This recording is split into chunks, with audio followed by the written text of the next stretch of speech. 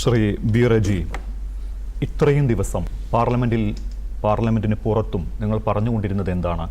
എവിടെ അമിത്ഷാ? എന്തിനാണ് ഓടി ഒളിക്കുന്നത്? രാഹുൽ ഗാന്ധിക്ക് മറുപടി നൽകാൻ ഭയമാണോ എന്നൊക്കെയായിരുന്നു.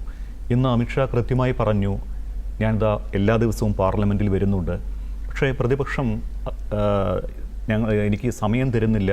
ഇന്ന് 3 മണിയോടെ സ്പീക്കർക്ക് ഒരു കത്ത് നൽകൂ, ഞാൻ ഇന്ന് 3 മണി മുതൽ നാളെ 3 മണി വരെ ചർച്ചയ്ക്ക് തയ്യാറാണ് എന്നൊക്കെയാണ്.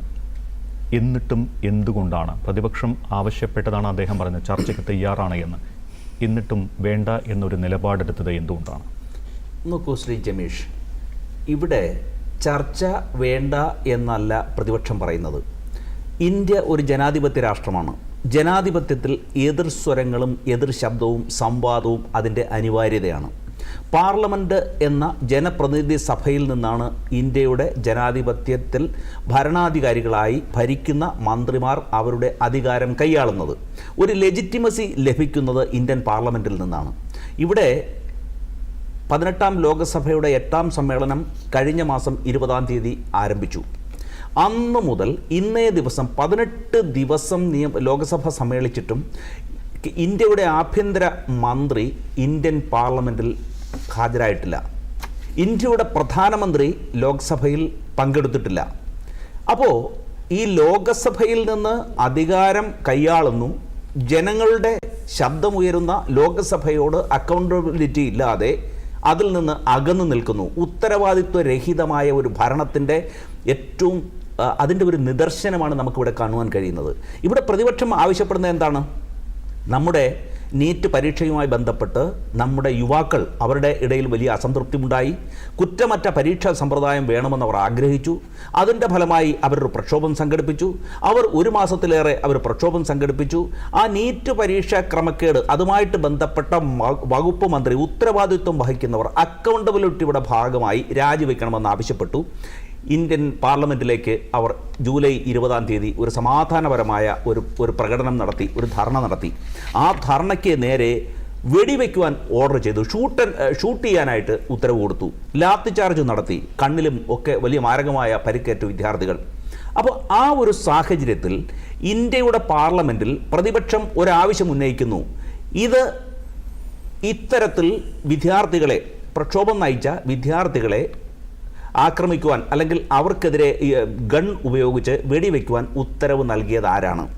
അത് ഉത്തരവ് നൽകിയത് അമിത് ഷായാണെങ്കിൽ അദ്ദേഹം പാർലമെൻറ്റിൽ ഒരു പ്രസ്താവനയായി പറയണം. അദ്ദേഹം വെടിവെക്കുവാൻ ഉത്തരവ് നൽകിയിട്ടുണ്ടോ? വെടിവെക്കുവാൻ ഉത്തരവ് നൽകിയിട്ടുണ്ടെങ്കിൽ അത് അദ്ദേഹം ചെയ്ത തെറ്റാണ്. അതിൻ്റെ അടിസ്ഥാനത്തിൽ അദ്ദേഹം രാജിവെക്കണം. ഇനി വെടിവെക്കുവാൻ അദ്ദേഹം ഉത്തരവ് നൽകിയിട്ടില്ല എന്ന പക്ഷം, അങ്ങനെ ഒരു പ്രസ്താവനയാണ് അദ്ദേഹം ലോകസഭയിൽ നടത്തുന്നതെങ്കിൽ അദ്ദേഹം ഇൻകോമ്പീറ്റൻ്റ് ആണ്. ആ പദവിയിൽ ഇരിക്കുവാൻ തക്കതായ യോഗ്യതയും കഴിവും അദ്ദേഹത്തിനില്ല. അതിൻ്റെ അടിസ്ഥാനത്തിൽ അദ്ദേഹം രാജിവെക്കണം. അപ്പോൾ ഏറ്റവും പ്രധാനമായി അമിത്ഷാ ലോകസഭയിൽ വരിക, ജനങ്ങളുടെ ശബ്ദമുയരുന്ന ഇന്ത്യൻ പാർലമെൻറ്റിൽ വരിക. എനിക്കൊന്ന് നമ്മുടെ ഇന്ത്യ മഹാരാജ്യത്തിൻ്റെ ചരിത്രത്തിൽ ആദ്യമായിട്ടാണ് ഒരു മന്ത്രിയും പ്രധാനമന്ത്രിയും ലോകസഭയിലേക്ക് വരണമെന്ന് ആവശ്യപ്പെട്ടുകൊണ്ട് കഴിഞ്ഞ 18 ദിവസമായി പ്രതിപക്ഷം സമരരംഗത്തേക്ക് ഇറങ്ങിയിരിക്കുന്നത്, ലോകസഭാ നടപടിക്രമങ്ങളിൽ ആവശ്യം ഉന്നയിച്ചുകൊണ്ടിരിക്കുന്നത്. എന്നിട്ടും അവർ വന്നില്ല. രണ്ടാമതായി പ്രതിപക്ഷം ആവശ്യപ്പെടുന്നത് എന്താണ്? പ്രധാനമന്ത്രി സഭയിലേക്ക് വരിക, അദ്ദേഹം വിദ്യാർത്ഥികളോട് മാപ്പ് പറയുക. മൂന്നാമതായി പറയുന്നത് എന്താണ്? അയോധ്യ സംഭാവന കൊള്ള സംബന്ധിച്ച് മറുപടി നൽകുക. ഇങ്ങനെ ഒരു 4 ആവശ്യം ഉന്നയിച്ചുകൊണ്ട് അക്കാര്യത്തിൽ അമിത്ഷായുടെയും, അതായത് ഇന്ത്യയുടെ ആഭ്യന്തരമന്ത്രിയുടെയും പ്രധാനമന്ത്രിയുടെയും പങ്കാളിത്തവും അവരുടെ ഒരു പ്രസ്താവനയുമാണ് കഴിഞ്ഞ 18 ദിവസമായി ലോകസഭയിലെ പ്രതിപക്ഷങ്ങൾ ഒന്നടങ്കം ആവശ്യപ്പെട്ടുകൊണ്ടിരിക്കുന്നത്. ഈ 18ാം ദിവസം, അതായത് ഇന്നേ ദിവസം പോലും ലോകസഭയിൽ ഹാജരാകുവാൻ വിമുഖത കാട്ടുകയാണ് ഇന്ത്യയുടെ ആഭ്യന്തര വകുപ്പ് മന്ത്രി. അദ്ദേഹം ആരെയാണ് ഭയപ്പെടുന്നത്? അദ്ദേഹം ഇന്ത്യൻ ജനാധിപത്യത്തെയാണോ ഭയപ്പെടുന്നത്? ഇന്ത്യൻ ജനങ്ങൾക്ക് മുമ്പാകെയല്ലേ അദ്ദേഹം ഹാജരാകേണ്ടത്? ഇന്ത്യൻ ജനങ്ങളോടല്ലേ അദ്ദേഹം മറുപടി പറയേണ്ടത്? അദ്ദേഹം എന്തുകൊണ്ടാണ് ഒളിച്ചിരിക്കുന്നത്? ഞാൻ 1 മണിക്കൂർ ഒരു ദിവസം ചർച്ച നടത്തി, ആ ചർച്ചയുടെ ഒടുവിൽ മറുപടി പറയാമെന്ന് പറയുന്നതാണോ ജനാധിപത്യ മര്യാദ? എതിർ സ്വരങ്ങളെ കേൾക്കുവാൻ അദ്ദേഹം തയ്യാറാവേണ്ടേ? പ്രതിപക്ഷം ഉന്നയിക്കുന്ന ആവശ്യങ്ങൾക്ക് അദ്ദേഹം വഴങ്ങേണ്ടേ? അദ്ദേഹം ലോകസഭയിൽ ഹാജരാകേണ്ടേ? അദ്ദേഹം പ്രസ്താവന നടത്തേണ്ടേ? ഈ കുട്ടികളെ വെടിവെച്ചതിന് ഉത്തരവാദിത്വം വഹിക്കുവാനുള്ള തന്റെ ഇടം അദ്ദേഹം കാണിക്കണ്ടേ? അതാണ് പ്രതിപക്ഷം ആവശ്യപ്പെടുന്നത്. അത് നടക്കാത്തിടത്തോളം ഈ ലോകസഭയിലെ ഈ പ്രതിപക്ഷ സ്വരം ഇങ്ങനെ ഉയരുക തന്നെ ചെയ്യും. ഇന്ത്യയിലെ ജനങ്ങൾ ഇതെല്ലാം കണ്ടുകൊണ്ടിരിക്കുകയാണ്.